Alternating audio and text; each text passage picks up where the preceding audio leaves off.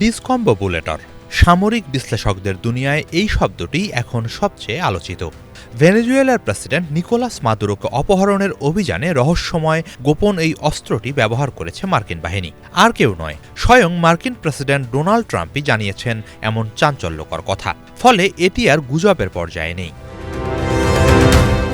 মার্কিন সংবাদ মাধ্যম নিউ ইয়র্ক পোস্টকে দেয়া এক সাক্ষাৎকারে ট্রাম্প বলেন, ডিসকম্বোবুলেটর নামের ওই অস্ত্র শত্রুপক্ষের সামরিক সরঞ্জামগুলো সম্পূর্ণভাবে নিষ্ক্রিয় করে দিয়েছিল, যার ফলে অভিযান সফলভাবে সম্পন্ন করা সম্ভব হয়। তবে ডিসকম্বোবুলেটর ঠিক কী ধরনের অস্ত্র সে বিষয়ে বিস্তারিত ব্যাখ্যা দিতে তিনি অস্বীকৃতি জানান।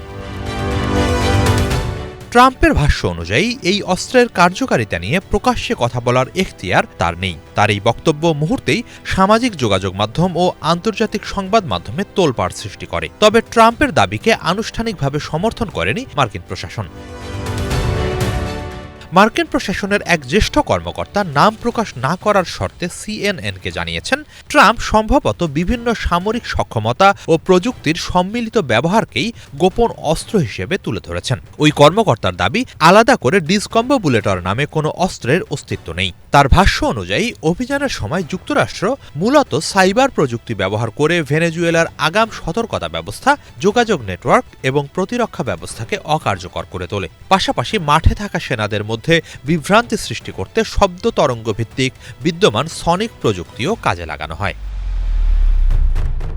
সিএনএন জানিয়েছে, মার্কিন সেনাবাহিনী বহু বছর ধরেই অ্যাক্টিভ ডিনায়াল সিস্টেম এডিএস নামের একটি বিশেষ তাপবিকিরণ প্রযুক্তি ব্যবহার করে আসছে।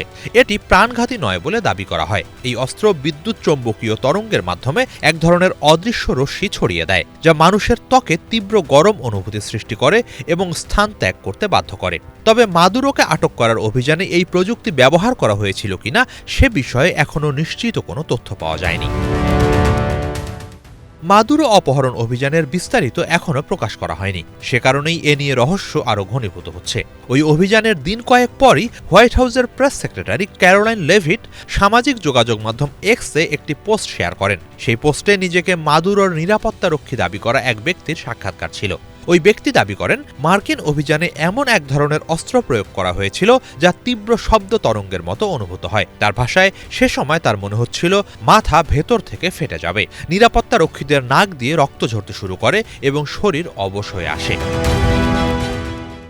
সিএনএনের তথ্য অনুযায়ী ৩ জানুয়ারির ওই অভিযানে যুক্তরাষ্ট্র ব্যাপক সামরিক শক্তি ব্যবহার করে। ২০টি স্থল ও সামুদ্রিক ঘাঁটি থেকে একযোগে বোমারু ও নজরদারি বিমান সহ ১৫০টির বেশি উড়োজাহাজ আকাশে ওড়ে। ভেনেজুয়েলার উপকূলীয় অঞ্চলে সম্ভাব্য বিমান প্রতিরক্ষা ঘাঁটি লক্ষ্য করে ড্রোন হামলার কথাও উঠে এসেছে। মাদুরো যেখানে অবস্থান করছিলেন সেই ফোর্টিউনার সামরিক কমপ্লেক্সে অবতরণের সময় হেলিকপ্টার থেকে স্বয়ংক্রিয় অস্ত্রের গোলাবর্ষণের শব্দও শোনা যায়।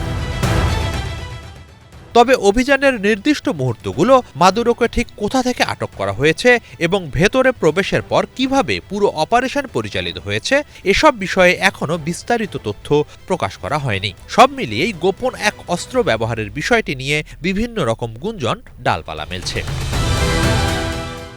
হিজল জোবায়ের, বাংলা ভিশন।